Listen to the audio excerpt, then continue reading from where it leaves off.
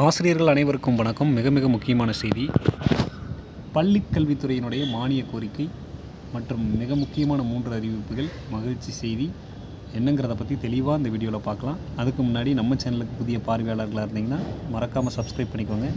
பக்கத்தில் இருக்கிற பெல் ஐக்கானை கிளிக் பண்ணிக்கோங்க. அப்போ தான் டிஆர்பி மற்றும் பள்ளிக் கல்வித்துறையிலேருந்து எந்த ஒரு தகவல் இருந்தாலும் மிஸ் பண்ணாமல் பார்க்க முடியும். சரி, ஓகே, வாங்க வீடியோக்குள்ளே போகலாம். பட்ஜெட் தாக்கல் பண்ணியிருக்காங்க. 5ஆம் தேதியிலிருந்து தொடர்ந்து பட்ஜெட் கூட்டத்தொடர் நடைபெற்று கொண்டிருக்கிறது.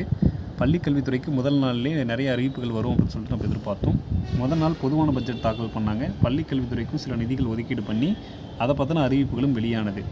மாணவர்களுக்கு என்னென்ன அறிவிப்புகள் இருக்குது அப்படிங்கிற மாதிரி. அதனைத் தொடர்ந்து வேளாண் பட்ஜெட் தாக்கல் பண்ணாங்க. அதுக்கப்புறம் பட்ஜெட் மீதான உரைகள் நடைபெற்றது.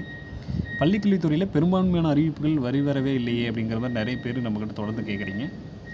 அதாவது பள்ளிக் கல்வித்துறையில் மானிய கோரிக்கை தனியாக வெளியிடுவாங்க, அது புரிஞ்சுக்கோங்க. அதுக்கு ஒரு நாள் ஃபுல்லாக அந்த பட்ஜெட் தாக்கல் பண்ணி மானிய கோரிக்கை தாக்கல் பண்ணி ஒரு நாள் ஃபுல்லாக அதை பற்றின விவாதம் நடக்கும். மொத்தம் 2 நாள் நடக்கும். அப்போ தான் நம்ம எதிர்பார்க்குற அனைத்து அப்டேட்ஸும் வரும். ஓகேங்களா? அதுக்கு முன்னாடிலாம் பொதுவான பட்ஜெட் மொத்தம் தமிழ்நாட்டில் பல்வேறு துறைகள் இருக்குது. ஒவ்வொரு துறைக்கும் பட்ஜெட் தாக்கல் பண்ணணும். ஒவ்வொரு துறை பற்றின என்ன சொல்கிறது, பட்ஜெட்டுக்கான பேச்சு பேசுவாங்க, அது மீதான உரை நிகழ்த்துவாங்க. எதிர்க்கட்சிகள் அது டிஃபெண்ட் பண்ணுவாங்க. இது ஏன் இப்படி இருக்குது, இது ஏன் கம்மியாக ஒதுக்கியிருக்கீங்க அப்படின்னு சொல்லிட்டு கேட்பாங்க. அது எல்லாமே நடைபெறும். ஆனால் பள்ளிக்கல்வித்துறை மானிய கோரிக்கை அப்படிங்கிறது பள்ளிக்கல்வித்துறை பற்றி மட்டுமே பேசுவாங்க. அதுக்கு மட்டுமே அறிவிப்புகள் வெளியாகும், திட்டங்கள் வெளியாகும், பட்ஜெட் தனியாக வெளியாகும். எவ்வளவு எல்லாமே அந்த பள்ளிக்கல்வித்துறை மானிய கோரிக்கையில் தான் கம்ப்ளீட்டாக நமக்கு தெரியும். இப்போதைக்கு ஜஸ்ட் ஒரு ஹிண்ட்டு மாதிரி தான் இந்த பட்ஜெட்டில் நமக்கு தெரியும். சரிங்களா? பள்ளிக்கல்வித்துறையில் மெயினாக 3 மிக முக்கிய அறிவிப்புகள் வெளியாகும் அப்படின்ற மாதிரி எதிர்பார்க்கப்படுகிறது. மெயினாக இப்போ ஆசிரியர்களுடைய நீண்ட பெரும் போராட்டம் மற்றும் பெரும் பிரச்சனையாக இருக்கக்கூடிய விஷயம் பார்த்தீங்கன்னா, டெட் பாஸ் மதிப்பெண்களை குறைக்க வேண்டும் அப்படிங்கிறது தான். எங்களது தலைமையிலான ஆட்சி இந்த டெட் பாஸ் மதிப்பெண்ணை குறைக்குது அப்படின்னு சொல்லிட்டு அறிவிப்பு வெளியிடுவாங்க. ஏன்னா அரசினுடைய கொள்கை முடிவே டெட் பாஸ் மதிப்பெண்ணை குறைப்பது தான் அப்படின்னு சொல்லிட்டு நீதிமன்றத்திலே சொல்லியிருக்கிறாங்க. தமிழ்நாடு அரசு சார்பில், பள்ளிக்கல்வித்துறை சார்பில். சரிங்களா?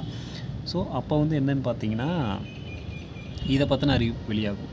டெட்டு பாஸ் மதிப்பெண்கள் குறைப்பு குறித்தான மிக முக்கியமான அறிவிப்பு வெளியாகும் அப்படிங்கிற மாதிரி பெருத்த எதிர்பார்ப்போடு அனைவரும் காத்து கொண்டிருக்கிறார்கள் பள்ளிக்கல்வித்துறை மானிய கோரிக்கையில். இதனைத் தொடர்ந்து அடுத்து வெளியாகக்கூடிய மிக முக்கியமான அறிவிப்பு, ஆசிரியர் காலி பணியிடங்கள், வேக்கன்சி. ஒவ்வொரு போஸ்டிங்க்கும் எவ்வளோ வேக்கன்சி இருக்குது அப்படிங்கிற அந்த அப்டேட்டு.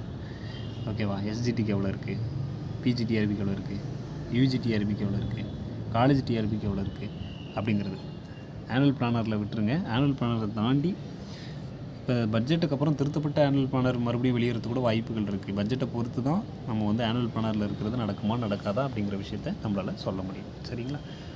அந்த ஒரு அப்டேட்டும் வெளியே வரும்.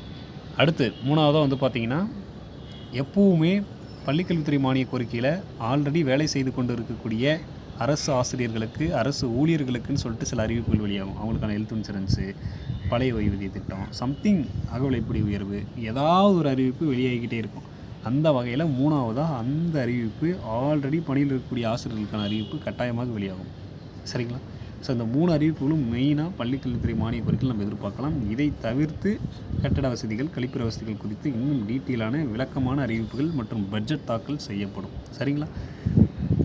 இதுதான் பள்ளிக்கல்வித்துறை மானிய கோரிக்கையில் வெளியாக இருக்கக்கூடிய மிக முக்கியமான 3 அறிவிப்புகள். திங்கட்கிழமைக்கு மேலே பள்ளிக்கல்வித்துறை மானிய கோரிக்கை வெளியாகும் அப்படிங்கிற மாதிரி எதிர்பார்க்கப்படுகிறது. சனி ஞாயிறு 2 நாள் அரசு விடுமுறை. அதனைத் தொடர்ந்து திங்கட்கிழமை பட்ஜெட் மீதான விவாதமும் இருக்கிறது. பள்ளிக்கல்வித்துறை மானிய கோரிக்கையும் திங்கட்கிழமைக்கு மேலாக வெளியிடுவதற்கான வாய்ப்புகள் அதிகபட்சமாக இருப்பதாக தகவல்கள் வெளியாகியிருக்கு. உடனுக்குடன் எந்த தகவல் கிடைச்சாலும் நம்ம சேனலில் அப்லோட் பண்ணுவோம்.